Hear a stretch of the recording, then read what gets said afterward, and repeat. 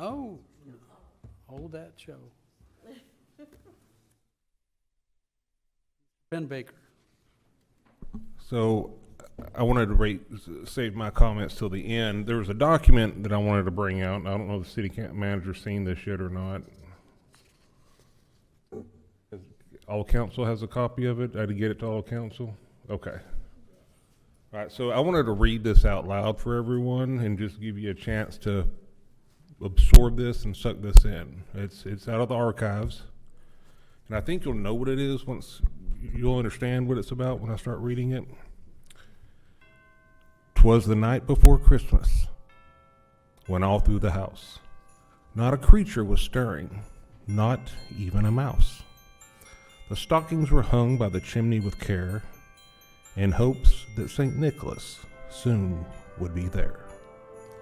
The children were nestled all snug in their beds, while visions of sugar plums danced in their heads, and Mama in her kerchief and I in my cap had just settled our brains for a long winter's nap. When out on the lawn there arose such a clatter, I sprang from my bed to see what was the matter. Away to the window I flew like a flash, tore open the shutters and threw up the sash. The moon on the breast of the new fallen snow gave the luster of midday to objects below, when what to my wondering eyes did appear but a miniature sleigh and 8 tiny reindeer. With a little old driver, so lively and quick, I knew in a moment it must be Saint Nick. More rapid than eagles, his coursers they came, and he whistled and shouted and called them by name. Now Dasher, now Dancer, now Prancer and Vixen, on Comet, on Cupid, on Donner and Blitzen, to the top of the porch, to the top of the wall. Now dash away, dash away, dash away all. As dry leaves that before the wild hurricane fly, when they meet with an obstacle mount to the sky, so up to the housetop the choruses they flew, with the sleigh full of toys and St. Nicholas too. And then, in a twinkling, I heard one on the roof, the prancing and pawing of each little hoof.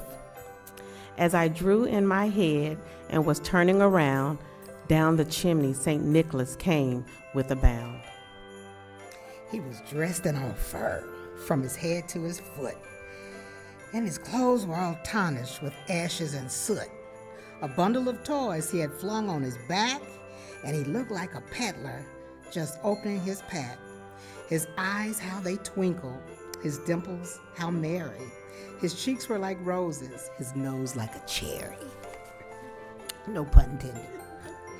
His droll, idle mouth was drawn like a bow, and the beard on his chin was as white as the snow. The stump of the pipe he held tight in his teeth, and the smoke, it encircled his head like a wreath. He had a broad face and a little round belly that shook when he laughed like a bowl full of jelly. He was chubby and plump, a right jolly old elf, and I laughed when I saw him in spite of myself. A wink of his eye and a twist of his head soon gave me to know I had nothing to dread. He spoke not a word, but went straight to his work, and filled all the stockings, then turned with a jerk, and laying his finger aside of his nose, and giving a nod up the chimney he rose. He sprang to his sleigh, to his team, gave a whistle, and away they all flew, like the down of a thistle.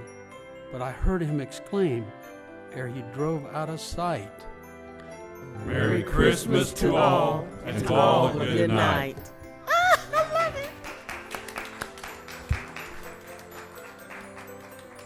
Feliz Navidad a todos.